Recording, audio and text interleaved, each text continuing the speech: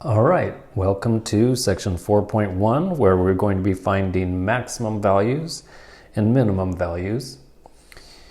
For this maximum value right here, this is a place where the derivative would equal 0. So we'd have y prime equal to 0. And for this minimum value, that would also be a place where the derivative is equal to 0.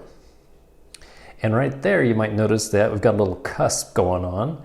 And for the cusp, that's where the derivative does not exist. So minimums and maximums can occur when the derivative equals 0, also when the derivative does not exist. When those things happen, those are called critical values. So one thing we need to do is find the x values so that the derivative is equal to 0 or the derivative does not exist. Now the does not exist part is going to occur when you've got division by 0 or the square root of a negative. And I'll show you some examples coming up. So when you find those, these are called critical values.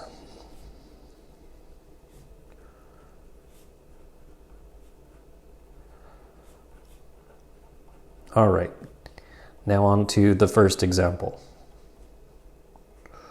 Example number 1. This function is going to be pretty easy to take the derivative of, x cubed minus x. So the first thing to do is take the derivative. So that is going to be 3x squared minus 1. Notice with this one, there is no division by 0 and there is no square root, so we're not going to be finding any of these places where the derivative doesn't exist. But if you set it equal to 0, then we'll be able to solve for x. So just add 1 to both sides. And then divide by 3. Next up, we need to get rid of this square, so take square root of both sides. And when you square root both sides, don't forget there's two answers, plus or minus the square root of 1/3.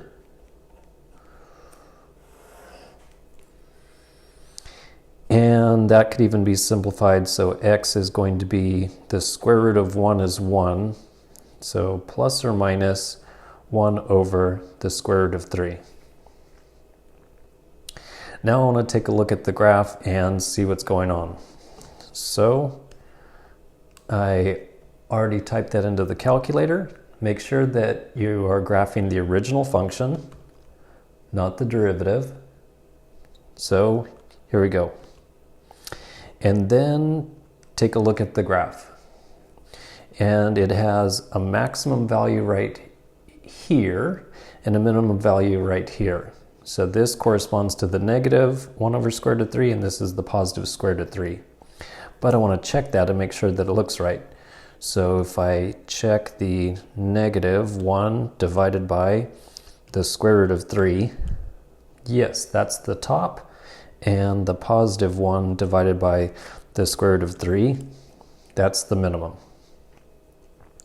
So there is a maximum when I use the negative 1 over square root of 3, and there's a minimum when I use the positive 1 over square root of 3. And I can even fill in the y value, so this minimum is a negative 0.385, and it should be symmetric. This graph looks symmetric, so I'm even going to risk it and say the y value on that one was a positive 0.385, but of course I should double check. So negative 1 divided by the square root of 3 is the positive 0.385. So there, we're done with number 1. Now, just because you take the derivative and you find out the derivative equals 0, that's no guarantee that you've got a minimum or maximum. But if there is a minimum or maximum, the derivative will equal 0 there, or the derivative will not exist. So next, let me just write that down as a fact. So if the function has a minimum or a maximum,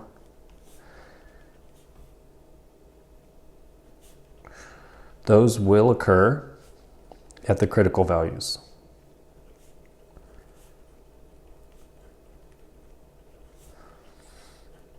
But the converse is not true. Just because you find a critical value, it's no guarantee that there's a minimum or maximum there. And my example for that is just example number 2, the x cubed function. So that one, we can take the derivative. So the derivative is going to be 3x squared. Easy enough to set it equal to 0. And divide both sides by 3. Take the square root, and we get the answer 0. But does that guarantee a minimum or maximum? Well, take a look at the graph of x cubed. So let me go to y equals, and I just need to clear out this and take a look at x cubed. So we got x equals 0 is where the derivative equals 0, so that's right here. But this is neither a minimum or a maximum because it's going up to the top, and for this to be a maximum, it would have to go up to the top and then come back down. But it doesn't. It goes up, and then it keeps going up. So it's going up and up and up.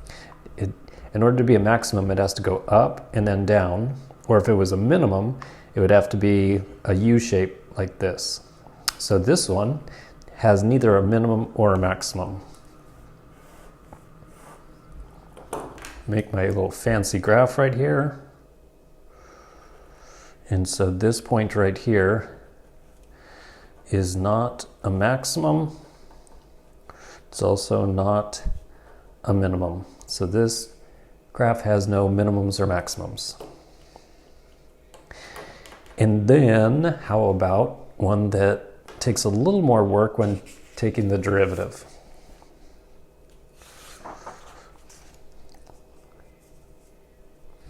So for example number 3,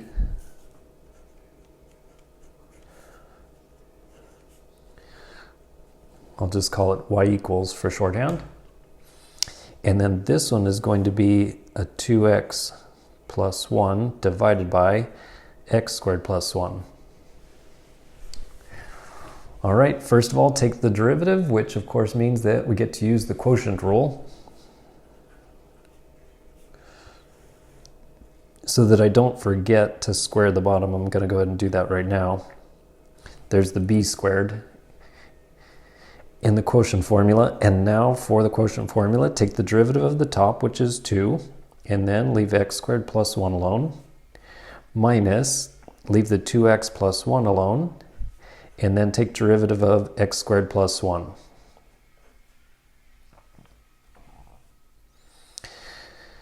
Now we need to simplify this a little bit. So on the top, there would be, this would be 2x squared plus 2. So there's a 2x squared plus 2. And then distribute the 2x, and I'm going to distribute the negative sign at the same time.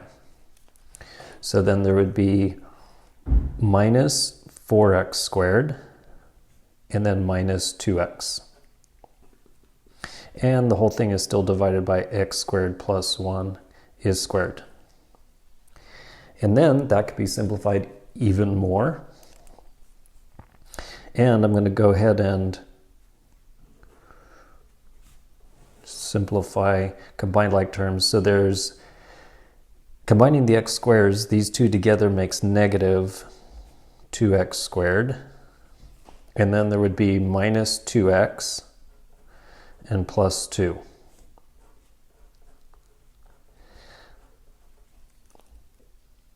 Now when you get a quotient. The derivative will equal 0 when the top equals 0, and it's going to be undefined if the bottom equals 0. So whenever you've got a quotient, when you're done doing the quotient rule, you can basically just split this into two problems. So one is when the bottom equals 0, that's when the derivative does not exist. So that's x squared plus 1 quantity squared equals 0. And with this, we could take the square root of both sides. That would leave x squared plus 1 equals 0. And then move the 1 to the other side, or subtract 1 from both sides. So that's going to be minus 1. And then when you take the square root, that's going to be an imaginary number. So this one has no solution. There's no place where the derivative does not exist. But then what about the other part? When the numerator equals 0. So y prime equal to 0, that's going to happen when negative 2x squared minus 2x plus 2 equals 0. And I could factor out a 2 from all of those, or I could just go ahead and do the quadratic formula. I'm going to go ahead and just do the quadratic formula. So x is going to be negative of the b plus or minus the square root, b gets squared, minus 4 times a times c, and then the whole thing is divided by 2 times a. So this is going to be 2 plus or minus the square root, and then this is going to be 4. When you square the negative, that's going to turn into a positive 4. And then this is going to be positive also. Let me keep track of this. This is going to be a positive 4. And then negative times negative will be positive. And this is 4 times 4 is 16. So inside the square root, there's a 20.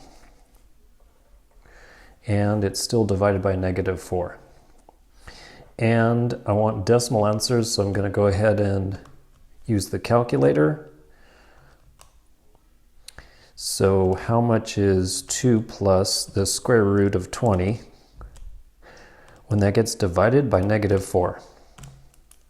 So one answer is negative 1.618. And now do the same thing with subtracting the square root.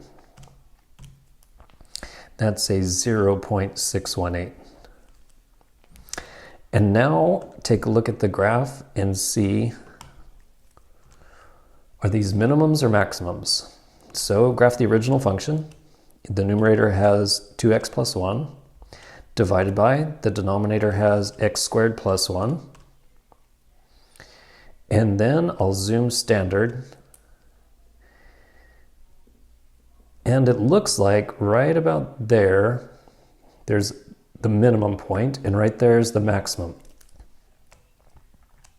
So I'm going to zoom in. And then this, right about there, is the minimum point, and right about there is the maximum. So trace and see if that looks right. So the negative 1.618, that's going to be the minimum point.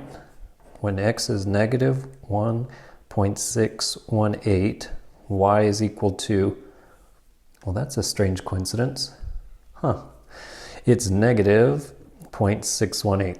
This problem seems to really like the number 618.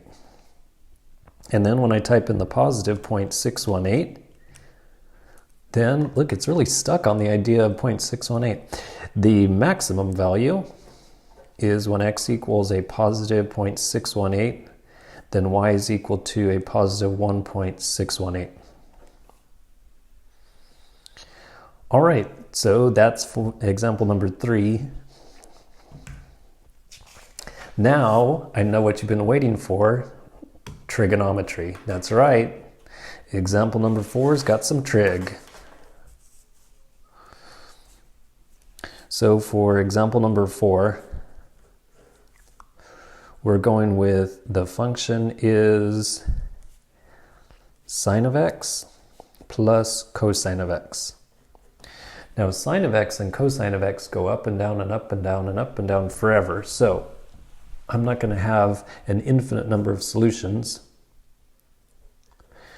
Instead, we're just going to look at the interval from 0 to 2 pi. Now with the previous examples, I've been doing the calculus first and then using the calculator, but you could switch it up. So I'm going to graph it first, sine of x plus cosine of x. Change the window, have it go from 0 to 2 pi, and then the biggest sine gets is 1 and the biggest cosine gets is 1. So if you add those together, it could be as big as 2. So I'm going to have it go from -2 to +2 for the y values. And then take a look at the graph, and it seems that something went wrong. So that graph is very flat, and sine and cosine should be going up and down. The problem is right here. It's in degrees. So this right here is saying use radians. That's okay, easy to fix. Go back to the graph after change it to radians. So there's a maximum, there's a minimum, and that looks like it. So we're looking for 2 answers. So when you graph it in first, it at least gives you an idea of how many answers you're looking for. And especially with trig functions, that's helpful. So on to the derivative. The derivative of sine is, of course, cosine, and the derivative of cosine is negative sine. With sine and cosine, there's no place where they're undefined, so there's not going to be a place where the derivative does not exist, but it can equal 0.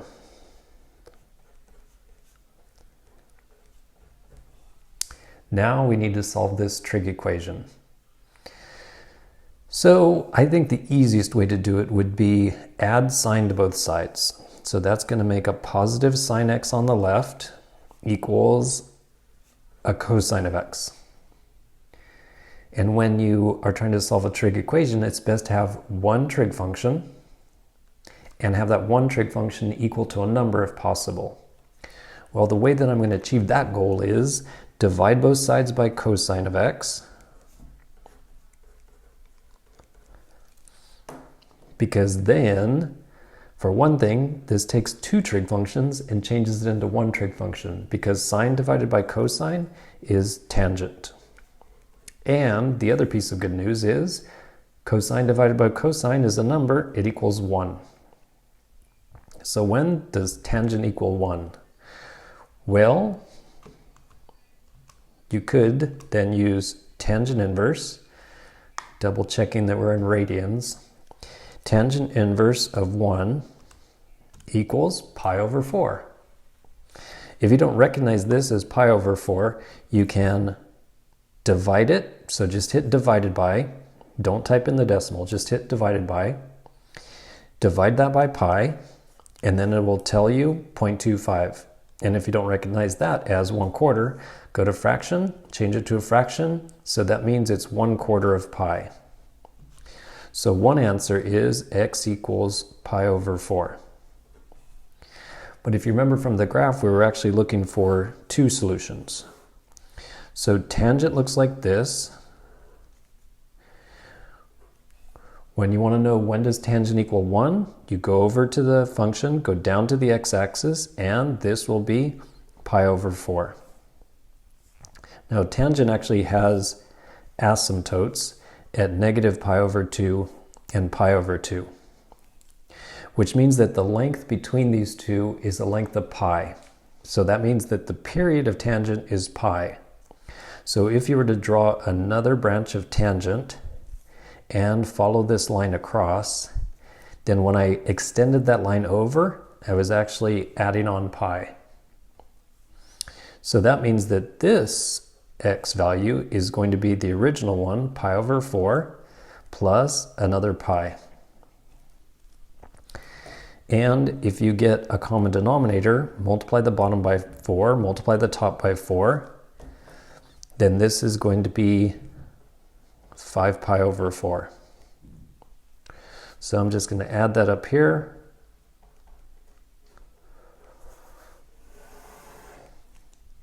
Okay, so we have 2 critical values, pi over 4 and 5 pi over 4. Then check the graph and see what's going on. So graph the original one, sine plus cosine, good. Trace to go back to the graph, and then try pi divided by 4. So that's a maximum. So that is when, I guess I could just put the decimals, reading it down here from the calculator. 0.785, comma 1.414.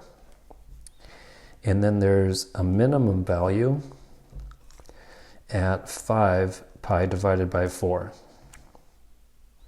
So again, using decimals, this is 3.927, and the y value negative 1.414. Okay, so that one's done. Then you're probably saying to yourself, hey, what about e to the x? Me too. That's what I was thinking. So luckily, I've got another piece of paper here. And for example number 5, the function is going to be e to the negative x minus e to the negative 2x on the interval from 0 to 1. So begin by taking the derivative. So the derivative of the e function is the e function.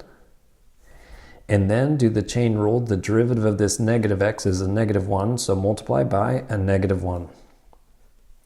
Then move on to the next e function. The derivative of that is itself. And then do the chain rule. The derivative of this negative 2x is a negative 2. And then we need to simplify it a little bit. For one thing, I don't like working with negative exponents. So this one right here, I'm going to rewrite that as negative 1 over e to the x. That gets rid of its negative exponent. Next up, there's going to be negative times negative, so that's going to be positive 2. And eliminate this one's negative exponent. Right about now, you might be saying, oh, this one's going to have derivative undefined because the bottom could equal 0. Except the e function never equals 0, so there's not going to be any place where it's undefined. But there will be places or place where the derivative equals 0. So set it equal to 0.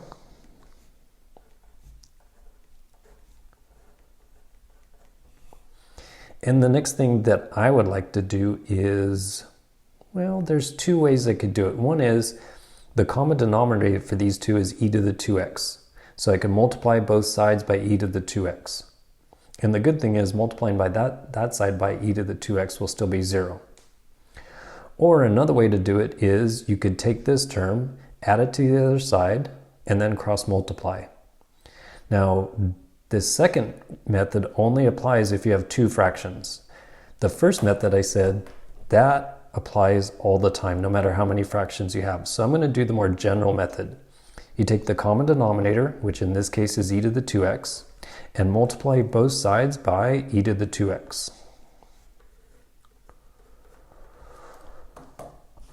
On the left side, that's 0.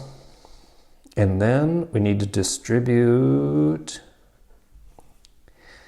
and it'll have e to the 2x divided by e to the x. So you subtract those exponents, it's going to leave e to the x. It's also going to leave this little negative sign. And then distribute over to here, and when you do, the e to the 2x and this e to the 2x are going to cancel. All that's left is plus a 2. Now to solve for x, we've just got two more steps. Add this negative add e to the x to both sides. And then use natural log. So here, ln and e are going to cancel each other out, and it equals the natural log of 2. So that's the only critical value. Now take a look at the graph. So once again, graph the original function.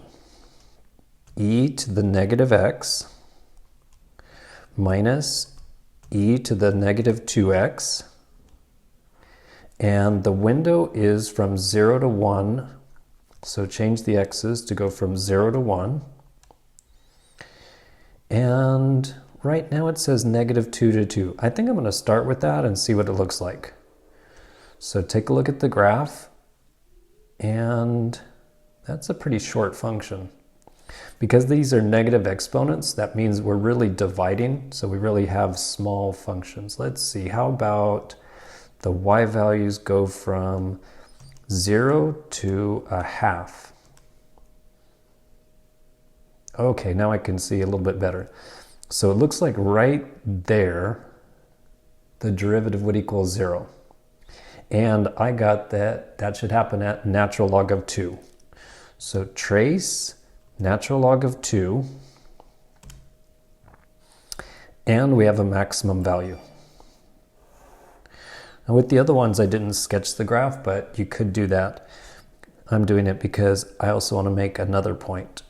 So it goes up, reaches the maximum, and then it's just barely going down by the time you get to 1. And so this would be the maximum. And that's when x equals a 0.693 and y equals, oh, how nice, just a 0.25. Now, when it gives you an interval, you should also check the endpoints. So this endpoint right here is actually lower than the maximum. So this one's not important. This one is not a maximum, nor is it a minimum, because the function is actually lower right here. So this one, because this is still in the interval, watch, trace, 0, yes, 0, 0. So because they gave us this interval right here, we should also check this point, and that turns out to be a minimum.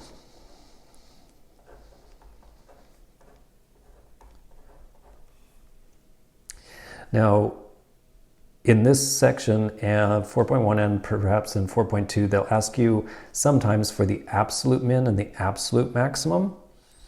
So these two are examples of, as far as this graph in this interval, this is the very tallest it ever gets. So this is actually an absolute, oh, my first mistake, absolute maximum. And this is the very lowest it gets, at least in this interval, from 0 to 1. And that's the absolute minimum. So if it was a function that looked like this,